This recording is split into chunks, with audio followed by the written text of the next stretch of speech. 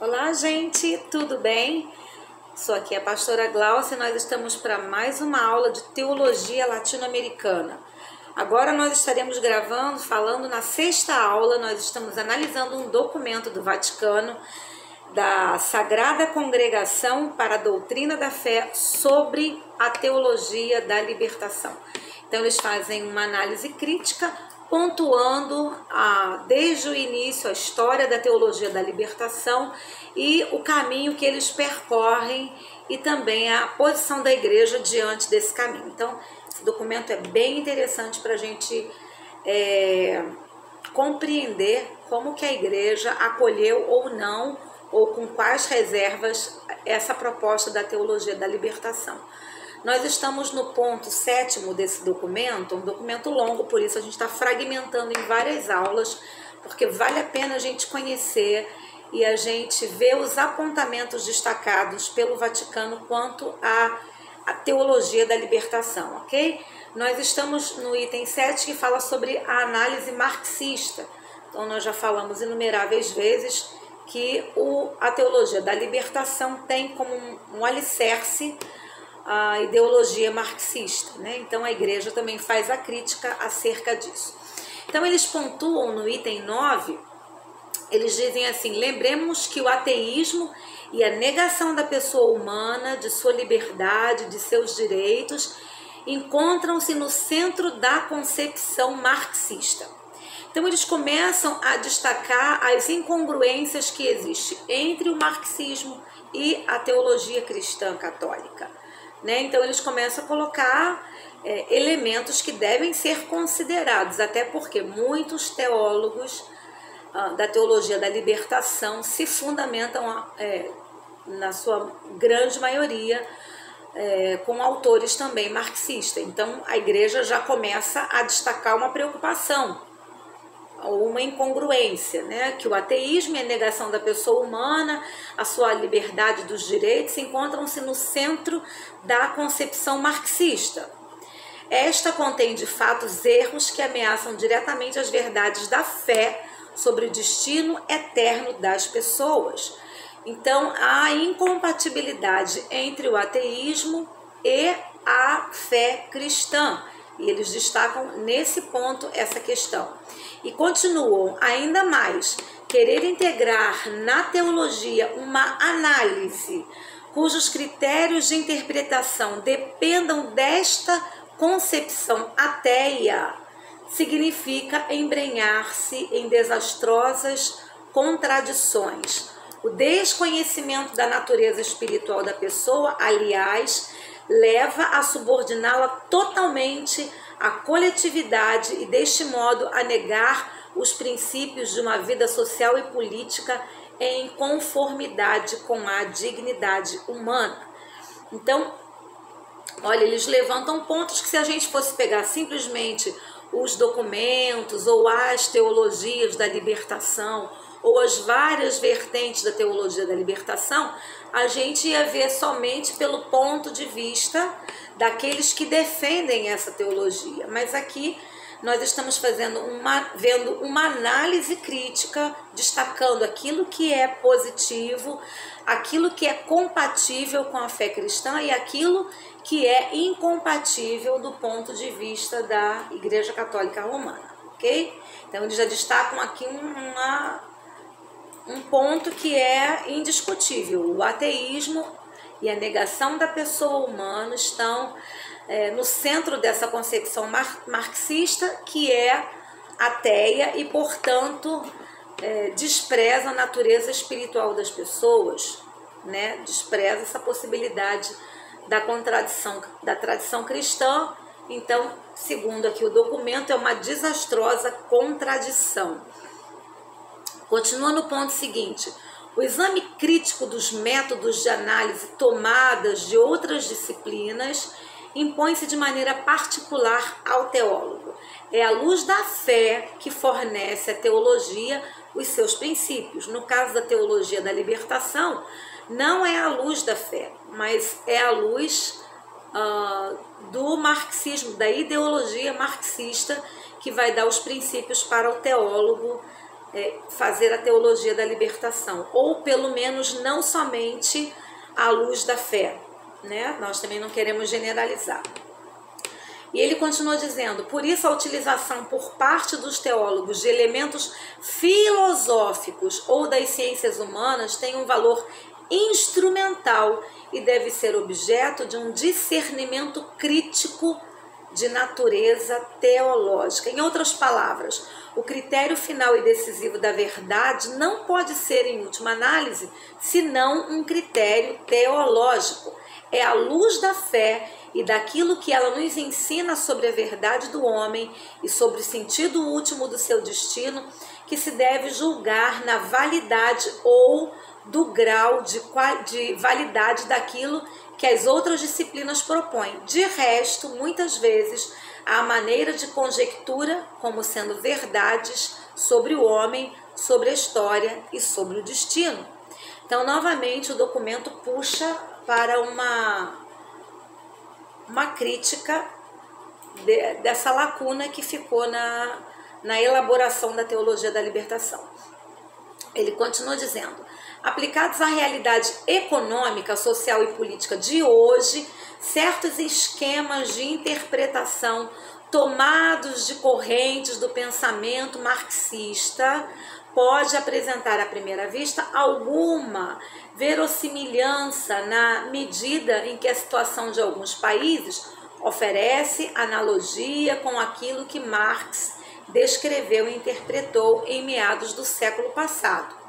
Tomando por base estas analogias, operam-se simplificações que, abstraindo de fatores essenciais específicos, impedem, de fato, uma análise verdadeiramente rigorosa das causas da miséria, mantém as confusões. Então, a gente já comentou isso na aula passada, né? Essa análise de conjuntura política, econômica e social, ela não pode ser vista somente a partir de um prisma, neste caso do marxismo, porque vai ter somente uma vertente.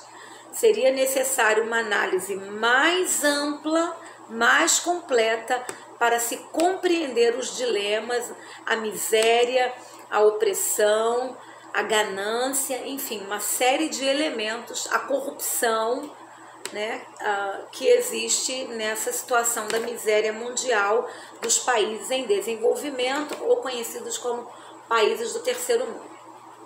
Ele chama isso até de confusão, né? Pode ter confusão se for analisado de um único prisma, um assunto que é tão complexo.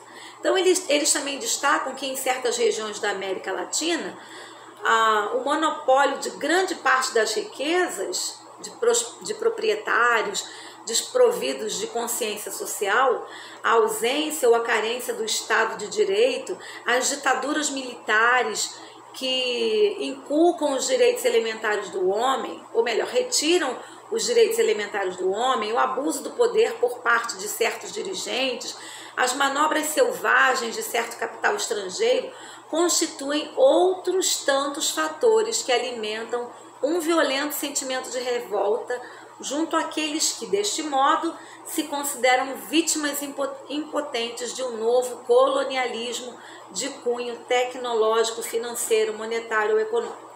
Então, a tomada de consciência das injustiças é acompanhada, ela pede muitas vezes emprestado ao marxismo um discurso, apresentando abusivamente como sendo um discurso científico. Então, isso é perigoso. É perigoso você ficar tapado, né, com os olhos tapados para outros elementos que você precisa considerar. Tá? O documento pontua isso sim. Vocês vejam que em vários pontos ele destaca exatamente sobre isso, né? Então, segundo o documento, a primeira condição para uma análise total, para uma análise sobre essa questão, é a total docilidade à realidade que se pretende descrever. Então, enquanto você vem com toda aquela carga militante encontrada no marxismo, você não consegue discernir, né, as outras nuances e vertentes que o tema te exige se debruçar e olhar com honestidade e franqueza.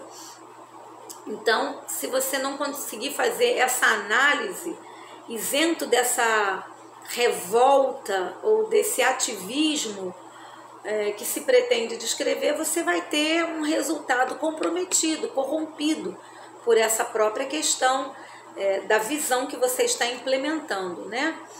Então, por isso, uma consciência crítica, ela deve acompanhar o uso das hipóteses de trabalho que se adotam.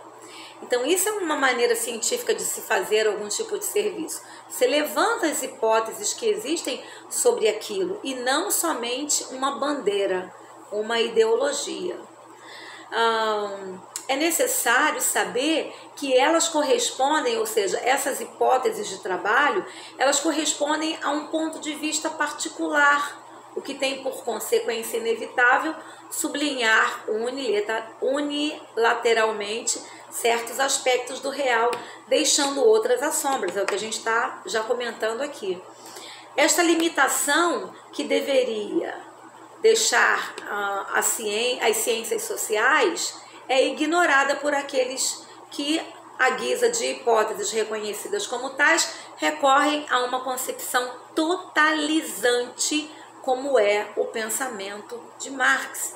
Então, o próprio marxismo, ele não admite, né, essa outra discussão. Ele cria realmente uma ideologia, ele cria uma maneira militante de se conquistar, uma luta de classes, enfim, e não há espaço para você fazer uma análise e uma construção mais crítica e mais completa a partir de outros elementos que devem ser considerados.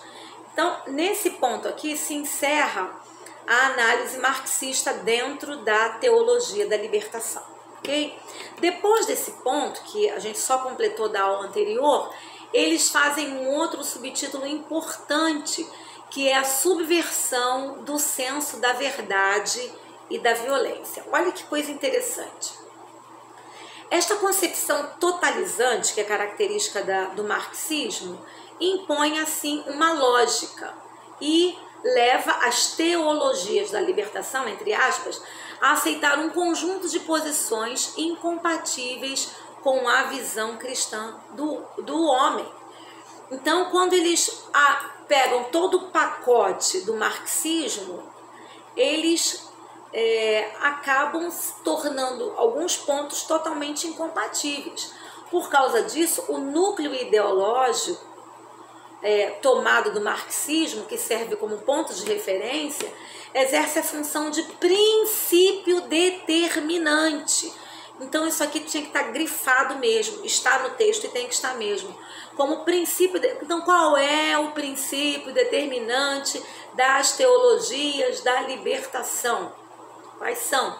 Qual é o núcleo ideológico que serve como ponto de referência? É a questão do marxismo, né? E esse núcleo ideológico do marxismo é que é o fundamento, é o princípio. Se é princípio, todo o restante vai ser construído a partir dele. Esse papel lhe é confiado em virtude da qualidade de científico, né, que ele carrega, e novamente eu relembro que lá no começo do documento já trabalhou sobre essa questão científica. Quer dizer que necessariamente ele é verdadeiro. Então é como se ele tivesse uma chancela, um carimbo, um selo de que ele é incontestável, ele é científico, mas ele não é o único método científico para tratar das ciências sociais, né? Mas nesse caso é o que é assumido como princípio determinante. Sendo assim, a partir disso, necessariamente é considerado verdadeiro e lhe é atribuído esse certificado de garantia, de veracidade, e nesse núcleo podem-se então distinguir diversos componentes. Veja bem, na lógica do pensamento marxista, a análise não é dissociável da prática. Então, análise e prática estão juntas. Análise e praxis estão juntas. E da concepção da história, a qual a praxis está ligada. Então, eles vão ver a análise, a praxis e a história. A história para poder se fazer a praxis, por isso é uma teologia criada a partir do contexto. A análise é, pois, um instrumento de crítica. E a crítica não passa de uma etapa do combate revolucionário. Esse combate é o combate da classe do proletariado investido de sua missão histórica. A gente já viu isso também no marxismo. É um dos pontos fortes, é o rico contra o pobre, o oprimido e o opressor. Né? Existe essa marcação muito firme, muito objetiva, inquestionável até. Então, em consequência, somente quem participa deste combate pode fazer uma análise correta. Ora, se a análise e a praxis estão interligadas e interdependentes, se eu não faço a praxis, então eu sou excluído de fazer a análise. Olha como isso é perigoso, né? Então acaba ficando uma coisa fechada em si mesmo, tá? A consequência verdadeira é, pois, uma consciência partidarista. Pelo que se vê, é a própria concepção da verdade que aqui está em causa e que se encontra totalmente subvertida. Não existe verdade. Afirma-se a não ser pela praxis, que é partidarista. Olha que loucura. Então, com isso, fica até muito difícil dessa teologia, dessa praxis, ela ser, quer dizer, é impossível ela ser, segundo esse pensamento, ela ser criticada pelo lado de fora por quem está olhando, porque seria necessário ter a praxis para poder se entender a conjuntura completa. Bem, dentro dessa visão da subversão do senso da verdade e da violência, a praxis e a verdade que dela deriva são a praxis e a verdade partidarista, porque a estrutura fundamental da história está marcada pela luta de classes. Então já tem um pressuposto, já tem um ponto de partida, e esse ponto de partida não pode ser alterado. Existe uma necessidade objetiva de entrar na luta de classes. Por quê? Porque isso é um dos fundamentos do marxismo. É o reverso dialético da relação de exploração que se denuncia, né? Então, a verdade é a verdade de classe. Não há verdade senão no combate da classe revolucionária. Então, realmente, a visão acaba, se ela foi pensada de uma maneira grandiosa para ter uma ação efetiva na sociedade, manifestando a libertação, na verdade, ela se enclausura dentro dela mesma, ao criar essa metodologia, esses fundamentos, essa forma de ser, tá? A lei fundamentada na história, que é a lei da luta de classe, implica que a sociedade esteja fundada sobre a violência. Claro, só haverá luta de classe quando há o oprimido, o opressor, a violência, a desvalorização, o preconceito, né? Então, tudo isso vai gerar a luta de classe. A violência que constitui a relação de dominação dos ricos e dos pobres deverá responder contra a violência revolucionária, a contra-violência revolucionária, mediante a qual esta relação será invertida. Então, olha como eles vão construindo já a praxis, o modo de fazer essa teologia. A luta de classe é, pois, apresentada como uma lei objetiva e necessária. Para você, isso parece contraditório com o Evangelho ou não? Então, eu quero que você comece a pensar sobre isso. O documento está levantando questões que precisam ser analisadas, consideradas, vistas, né? Ao entrar no seu processo, do lado dos oprimidos, faz-se a verdade, age-se cientificamente. Em consequência, a concepção da verdade vai de par com a afirmação da violência necessária. Então, ela vai justificar a violência. Ora, se eu sou oprimido, eu preciso lutar contra a opressão, o opressor. Então, eu recebo legitimidade nesse combate e nesse embate. Por isso, com a do amoralismo político. Nessa perspectiva, a referência e as exigências éticas que prescrevam reformas estruturais, institucionais radicais e corajosas perde totalmente o sentido. Então, parece até que há uma distorção daquilo que num primeiro momento seria a intenção primeira. A lei fundamental da luta de classe tem um caráter de globalidade ou de universalidade. Ela se reflete em todos os domínios da existência, essa luta, esse combate que propõe. Então, no domínio religioso, nos domínios éticos, nos domínios culturais, nos domínios institucionais. Então, em relação a essa lei, nenhum destes domínios é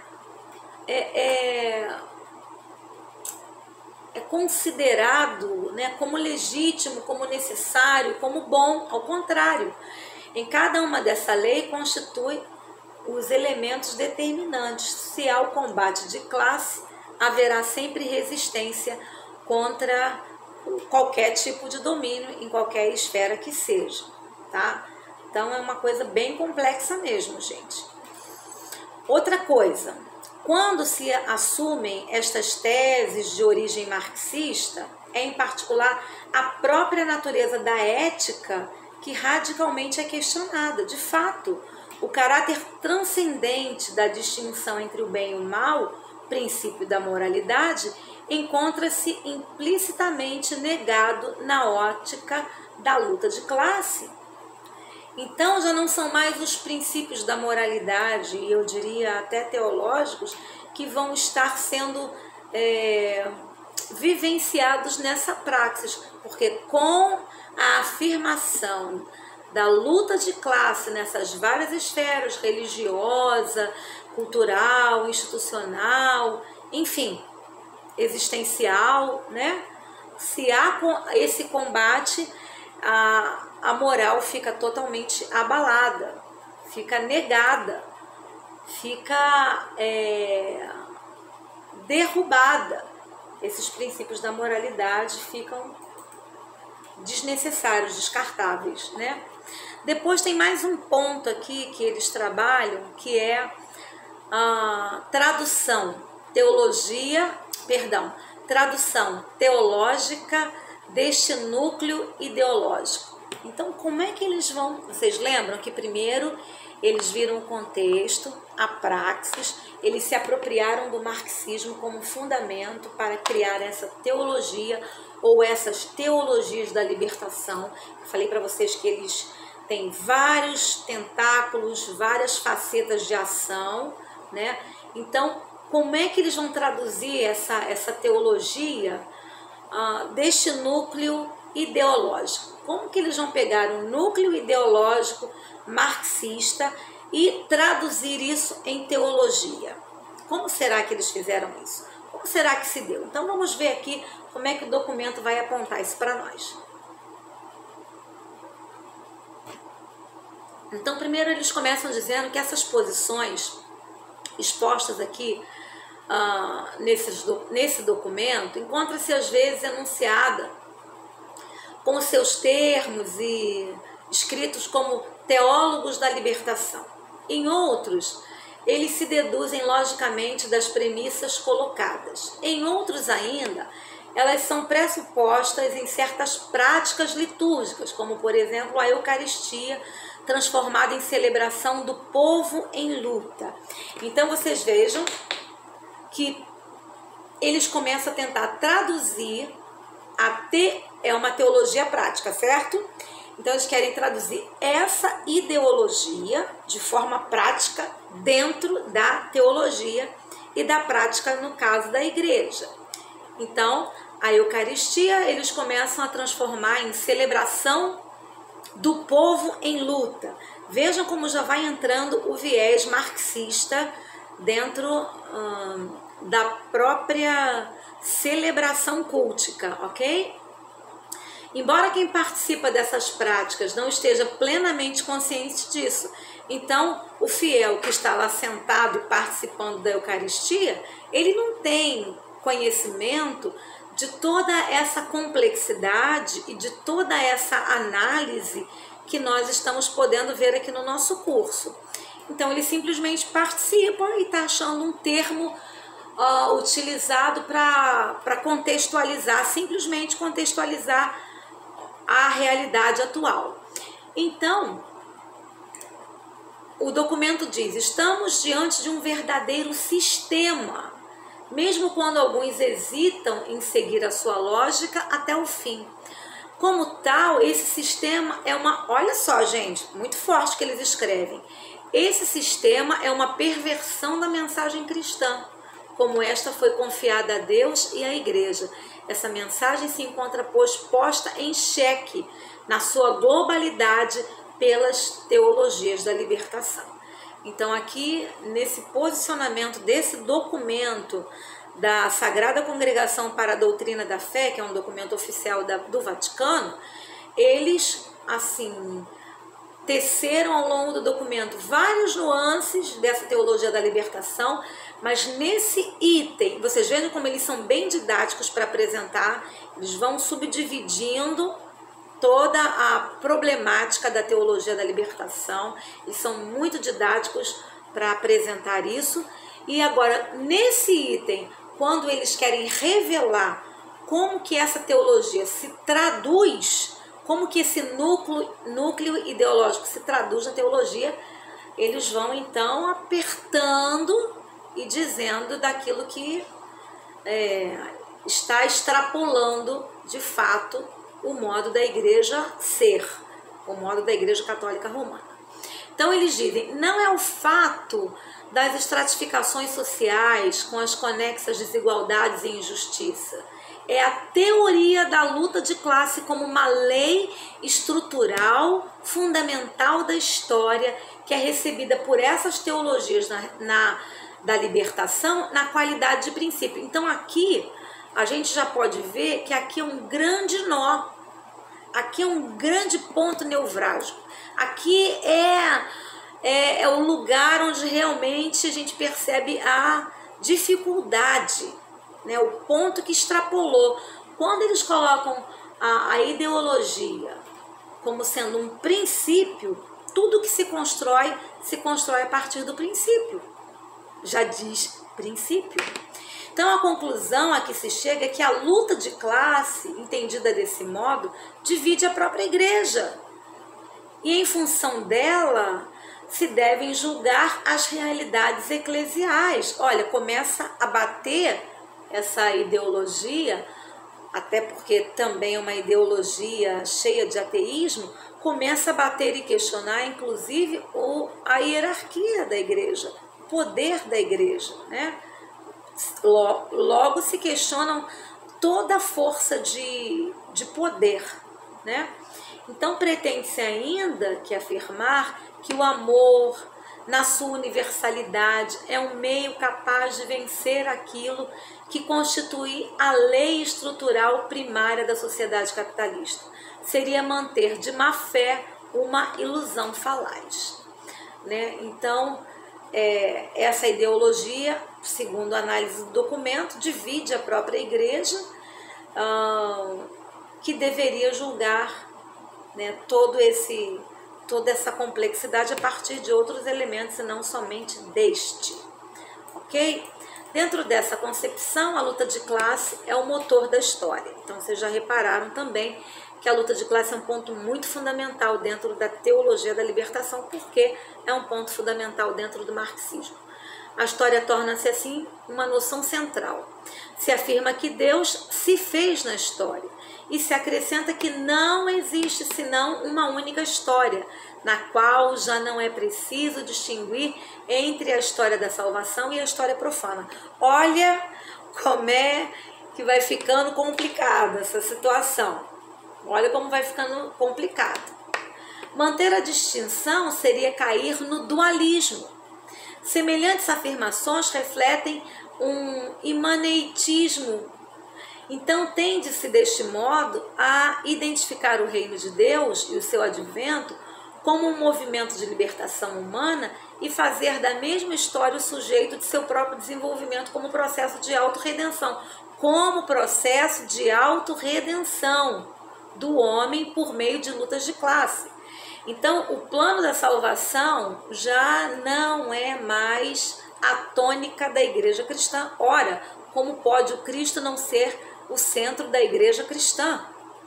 Né? Então, eles abrem mão desse fundamento para assumir esse princípio marxista, ok? Então, isso é muito importante. É preciso distinguir para eles entre a história da salvação e a história profana. Não existe, então, uma única história. Ora, se não existe uma única história, então o Salvador Jesus é um Salvador, né? Existem outras histórias. Olha como é perigoso você tomar um pressuposto, uma ideologia e querer fazer disso uma teologia. Isso é muito complicado. Bom, deixa eu ver aqui onde eu parei. Dentro dessa concepção da luta de classe, a luta de classe é o motor da história. A história, então, torna-se uma noção central. Não existe uma única... Isso aqui eu já falei com vocês. Não existe uma única história. Tente-se, deste modo, a identificar o reino de Deus e o seu advento com o movimento da libertação humana. Gente, isso aqui é uma loucura. O sujeito, ele é o senhor do desenvolvimento desse processo histórico da sua autorredenção por meio da luta de classe. Isso é uma loucura. O documento também pontua isso, né? Esta identificação está em oposição com a fé da Igreja, como relembrada pelo Concílio Vaticano II.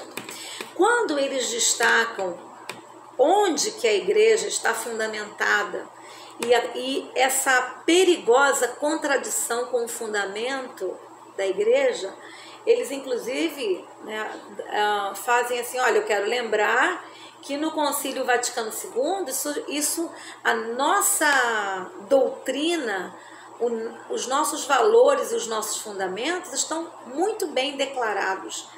Então, ou seja, meus amigos, olhem que caminho vocês estão querendo andar. Olha que caminho tem sido construído na teologia da libertação diante da história da igreja, né? Da história que a igreja reafirma como sua doutrina, Igreja Católica Romana, Católica, Apostólica Romana.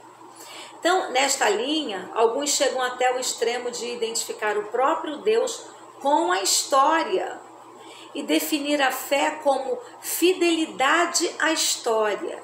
E o que significa a fidelidade comprometida? Perdão, isso significa a fidelidade comprometida com a prática política. Jesus, olha que loucura, gente. Afinada com a concepção da humanidade, concebido no sentido de um messianismo puramente temporal. Então, a própria salvação em Jesus, ela está aqui